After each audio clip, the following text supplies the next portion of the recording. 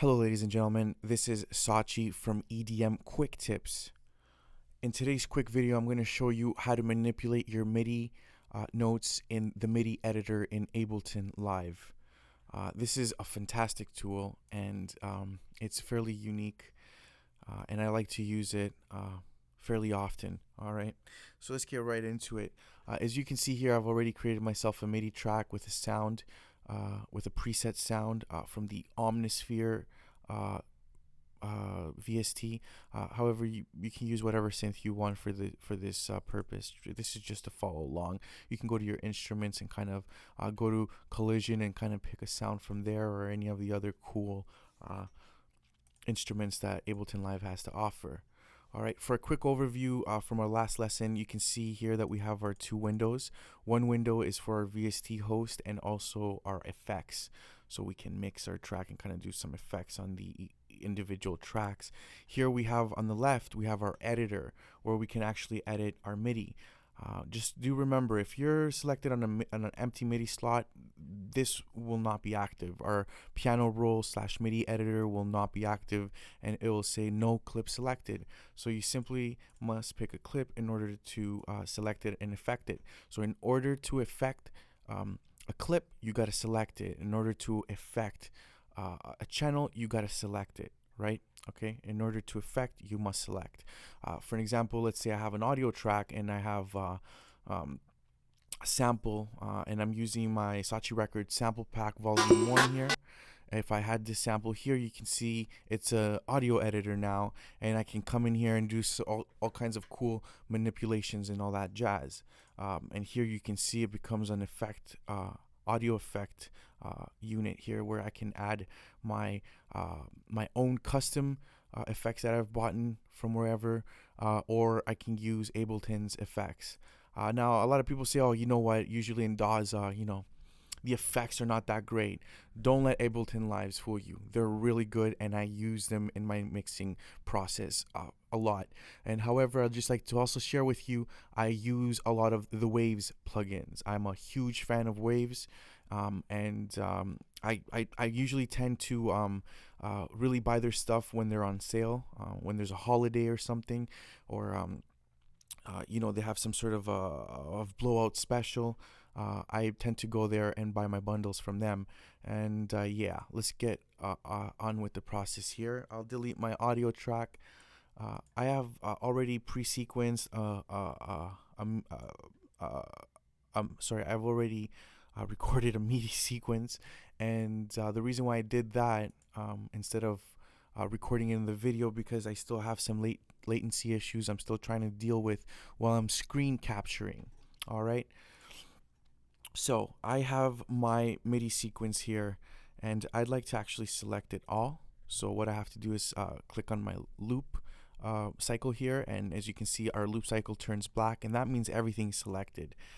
So I can start manipulating this. All right, we're going to start with the legato here. I'm going to start a little backwards, and I'm going to start with this legato mode here. And what that really does is it stretches out the note, the end MIDI note, to where the other MIDI note starts. So let's say, for an example, I select these 3 notes here and I want to stretch them out to where the other one starts.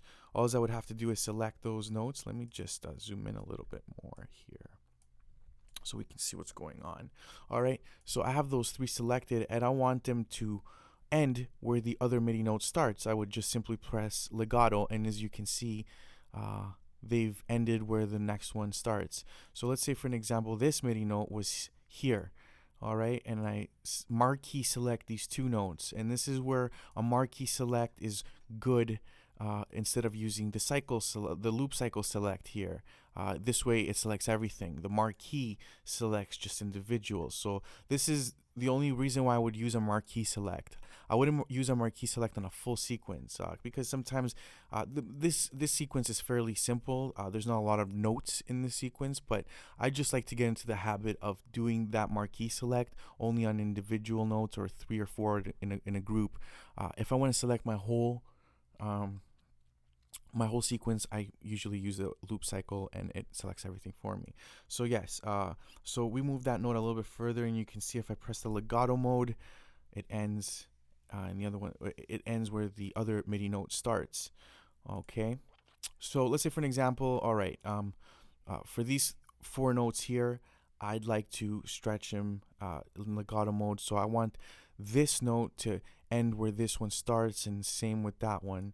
So I'm gonna marquee select this group, and I'm gonna legato it, and there we go. So let's hear that.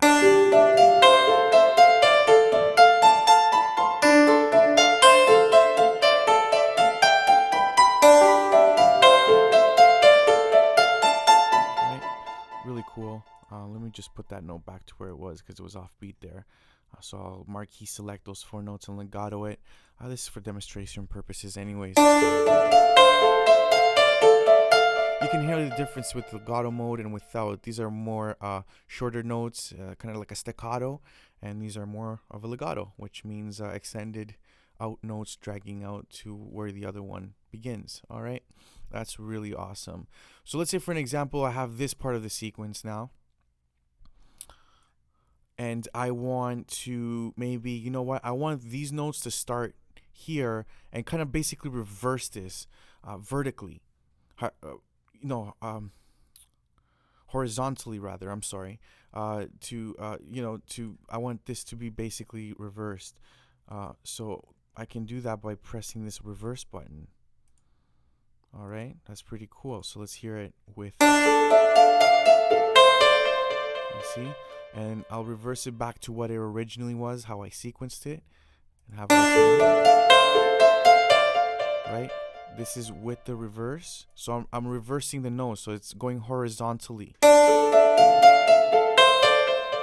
Right, that's really cool. Actually, I really like that. So you know what? In fact, I'm gonna select these notes and I'm gonna press Command L, and as soon as I press Command L, it's obviously gone off there. So you can see that I can loop that section. So I've done that reverse thing on my last 4 notes here, and have a listen.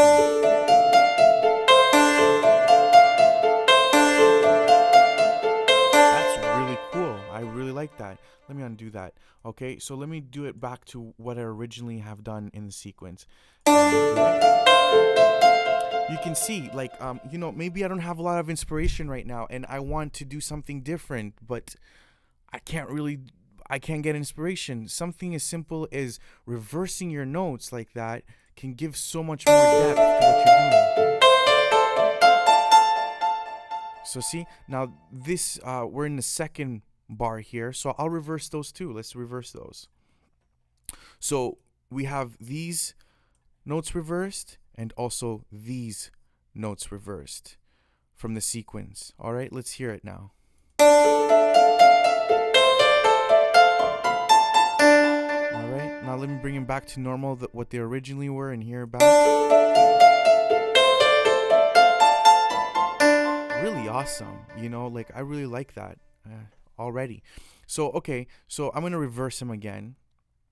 All right, so they're reversed vertically, right? Right, okay, and I'm gonna select these notes right here. All right, I'm also gonna do those legato actually, so let's see how that sounds. Great. All right, let's move on forward here and come into bar 3. And let's grab these notes. Let's hear them first. Whoops. Right, okay. So we got that. And what I want to do with these notes is I want to invert them. So what does invert them mean? It brings them upside down and flips them upside down. All right. Now watch. You see? So I'm just basically grabbing this sequence and just flipping it upside down, right? So I'm inverting them. So let's hear it the original way. All right, and inverted.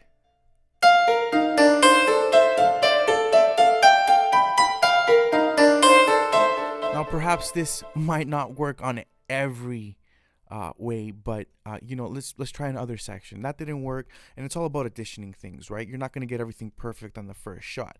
So let's invert those 4 notes and see what happens.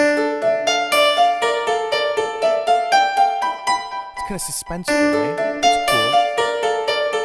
Perhaps it's not something that I would use, but with a little bit of playing around, maybe selecting a couple of notes less and inverting those.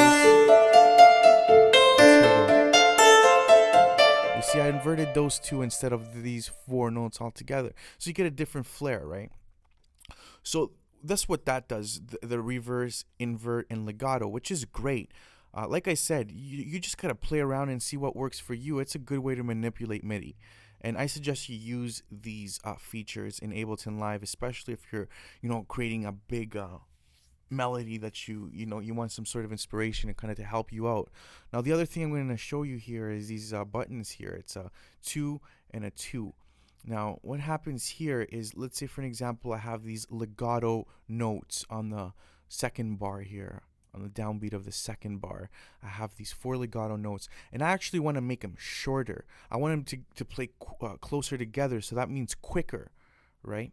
So let's see what happens if I press this 2. You see what happens there? Let's hear that. Oops. Right? It actually, what it does, it makes them quicker. They play quicker. They're like 16th, or I think 16th notes, or 30-second notes now.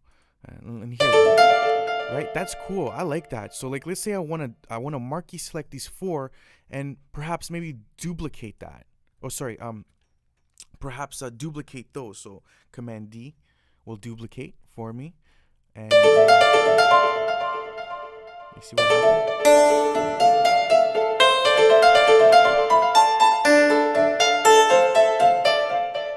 Yeah, and then I'll grab these 4 notes again and duplicate those there.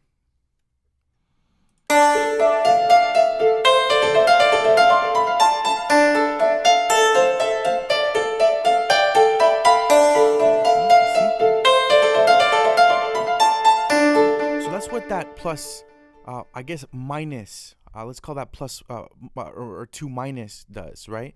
Now let's see what the minus plus does. So you could imagine if minus 2 makes it quicker, so it makes it into 32 notes, let's say for an example, what the plus would do. It actually extends them and makes them longer and far apart from each other.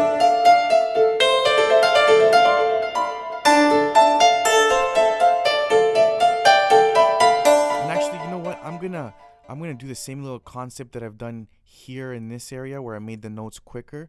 So I'm gonna select these 4. I'm gonna minus them, meaning I'm gonna bring them closer together, and then after that I'm gonna select those in particular notes, and with doing the marquee select, back drag, okay, and I'm gonna press Command D. Now let's see what happens here.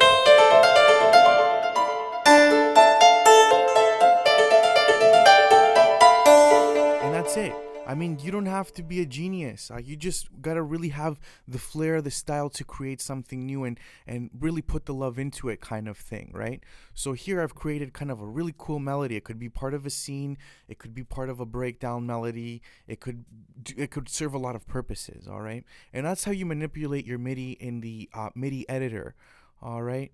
Thank you so much for tuning in. Comment, like, share with your friends, subscribe, but most of all, learn every day. And that's really important. Thank you so much and have a great day, ladies and gentlemen.